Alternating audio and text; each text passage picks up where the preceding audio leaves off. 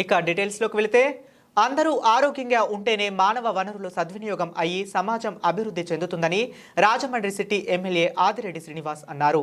తిలక్ రోడ్డులోని తన కార్యాలయంలో బుధవారం ఆయన సీఎం సహాయ నిధి చెక్కులను లబ్ధిదారులకు అందజేశారు.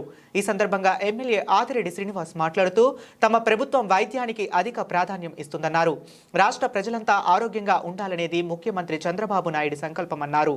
అందుకే ఎన్టీఆర్ వైద్య సేవల ద్వారా పేదలకు ఉచిత వైద్యం అందిస్తున్నారని తెలిపారు. ఎన్టీఆర్ వైద్య సేవలు వర్తించిన పేదలకు సీఎం సహాయ నిధి నుండి ఆర్థిక సాయం అందజేస్తున్నామని చెప్పారు. గత 5 ఏళ్ల వైసీపీ పాలనలో రాజమండ్రి సీఎం సహాయ నిధి నుండి ఒక్క చెక్కు కూడా ఇవ్వలేదని విమర్శించారు. తమ ప్రభుత్వం అధికారంలోకి వచ్చి 5 నెలల్లోనే ఇంతవరకు సుమారు 35 లక్షల సీఎం సహాయ నిధి నుండి తాను తీసుకువచ్చి అందజేశానని ఎమ్మెల్యే ఆదిరెడ్డి శ్రీనివాస్ చెప్పారు. ఆరోగ్యమే మహాభాగ్యం.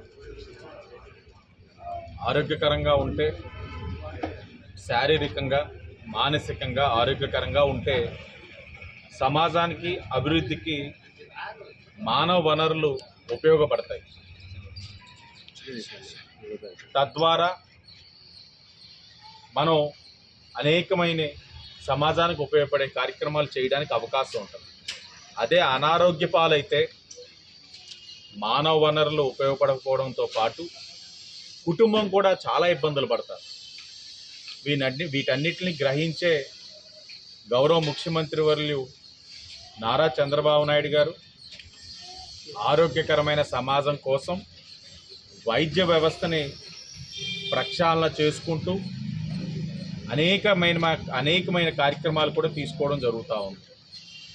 మీరు గమనించినట్లయితే గత 5 సంవత్సరాలు ఆనాడున్న ఏదైతే వైద్య వ్యవస్థ ఆరోగ్యశ్రీ వ్యవస్థ ద్వారా ఆ నెట్వర్క్ హాస్పిటల్స్ ద్వారా జరిగేది కాకుండా దాంట్లో వర్తించిన వారు ఎవరైనా సరే బలహీన వర్గాల వారి సొంత డబ్బుతోటి ఏదైనా ఆపరేషన్ చేయించుకుంటే స్పందించే నాదుడే లేకుండా పోయేవారు.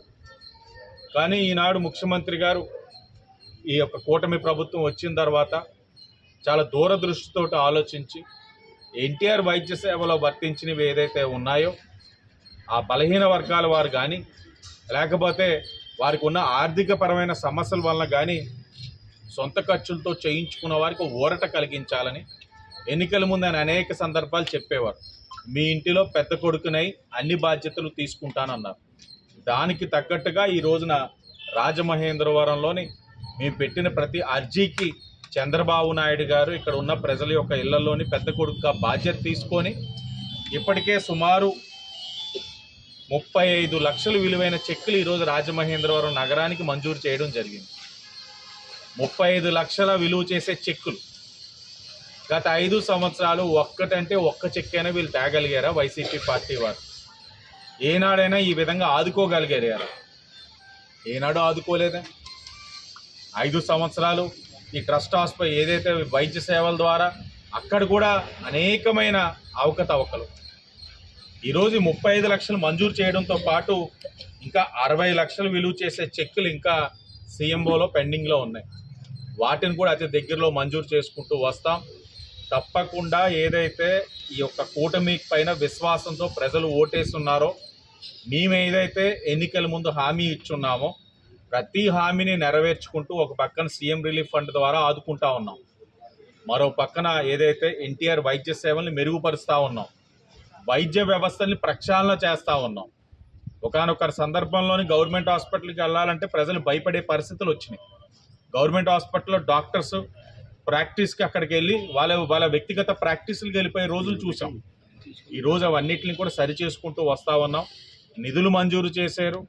రాజమండ్రి జీజీహెచ్ హాస్పిటల్కి నిధులు మంజూరు చేశారు. ఏదైతే వైద్య ఏదైతే అక్కడ ఉన్న డాక్టర్స్ కానీ లేకపోతే సిబ్బంది కొరత ఉందో దాన్ని కూడా సరి చేసుకుంటూ వస్తూ ఉన్నాం. ఈ ప్రభుత్వం వైద్యకి అధిక ప్రాధాన్యత ఇస్తూ ఉన్నాం. వైద్య రంగాన్ని ప్రక్షాళన చేసుకుంటూ వస్తూ ఉన్నాం. ప్రజలు ఇవన్నీ కూడా గమనించాలని ఒక్కటే ఆలోచించాలి. గత 5 సంవత్సరాలు ఇలా సీఎం రిలీఫ్ ఫండ్లు అన్నది ఏ నియోజకవర్గంలో ఇన్ని చెక్కులు వచ్చినాయా? ఇలా చెక్కులు కనీసం ఒక్క చెక్కైనా ఇచ్చారా? కానీ ఈరోజు ఇస్తా ఉన్నాం. అదే నిదర్శనం. ఈ ప్రభుత్వం ఇచ్చిన ప్రతి మాటకి కట్టుబడి ఉంది. ఇచ్చిన ప్రతి మాటను కూడా అమలు చేసుకుంటూ వెళ్తా ఉన్నాం. సినిమాలు తీశారు, మాకు బాగా గుర్తు. సినిమా తీసి ఆ సినిమాలో చంద్రబాబు నాయుడు గారిని, పవన్ కళ్యాణ్ గారిని, అలాగే లోకేష్ గారిని అయితే దారుణాతి దారుణంగా చిత్రీకరించారు. ఆ సినిమాలో రాంగోపాల్ వర్మ గారు తీసిన సినిమా ప్రొడక్షన్ కూడా సజ్జల కుటుంబ సభ్యులే ప్రొడక్షన్ చేశారు. తీసేటప్పుడు విఘ్నతతో ఆలోచించాలి కదా. దేవుడు నీకంటూ ఒక బుర్ర ఇచ్చాడు, ఆ బుర్రలో నువ్వు విఘ్నతతో ఆలోచించాలి కదా. 5 సంవత్సరాలు జగన్మోహన్ రెడ్డిని మెప్పించడానికి ఇష్టం వచ్చినట్లు రాంగోపాల్ వర్మ నోటికి వచ్చింది మాట్లాడాడు. ఆయన కానీ శ్రీరెడ్డి కానీ ఇలాగ అనేక మంది వాళ్ళన్నీ చేసి ఉన్నారు. ఈ 5 నెలల అధికారంలో మేము వచ్చున్నాం కూటమి. ఎక్కడైనా సరే వారిని కానీ జగన్మోహన్ రెడ్డి గారిని కానీ వారి కుటుంబ సభ్యులు కానీ ఎక్కడైనా సరే మీకు కించపరిచేటట్లు మాట్లాడుతూ ఉన్నావా? వాళ్ళ ఇళ్లలో ఆడవాళ్ళని మేము ఎక్కడైనా సరే అవమానపరుస్తూ ఉన్నావా? ఆఖరికి తెలుగుదేశం, బీజేపీ, జనసేనలో ఎవరైనా సరే మహిళలను కించపరిచేటట్లు కానీ ప్రవర్తిస్తే ఉపేక్షించబోమని గౌరవ ముఖ్యమంత్రి చంద్రబాబు నాయుడు గారు, ఉప ముఖ్యమంత్రి పవన్ కళ్యాణ్ గారు చెప్తా ఉన్నారు. మాకు దిశ నిర్దేశిస్తా ఉన్నారు. ఇది మా వ్యక్తిత్వం. కానీ అలా 5 సంవత్సరాలు ఎంత దారుణం చేసి క్యారెక్టర్ అసాసిన్స్ చేసి ఈ రోజు మేము పుణ్యులం అయిపోయాం, రాజకీయ సన్యాసం తీసేసుకున్నాం, మాకు ఇంకెక్కడి నుంచి రాజకీయంతో సంబంధం లేదంటే చేసిన తప్పు అంతా చేసేసి ఇప్పుడు అంతా తూర్చంటే ఎవడన్నా ఊరుకుంటాడా? చట్టం దాని పని అది చేసుకుపోతుంది.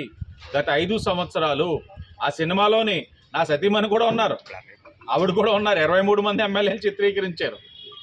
ఎవరిని వదిలిపెట్టే ప్రసక్తే లేదు. చట్టం దాని పని అది చేసుకుపోతుంది. మేము ఒకటే ఆలోచిస్తూ ఉన్నాం, ఇలాగ తప్పుడు వేషాలు వేసే వాళ్ళందరికీ కూడా ఒక మంచి స్ట్రాంగ్ మెసేజ్ వెళ్ళాలి.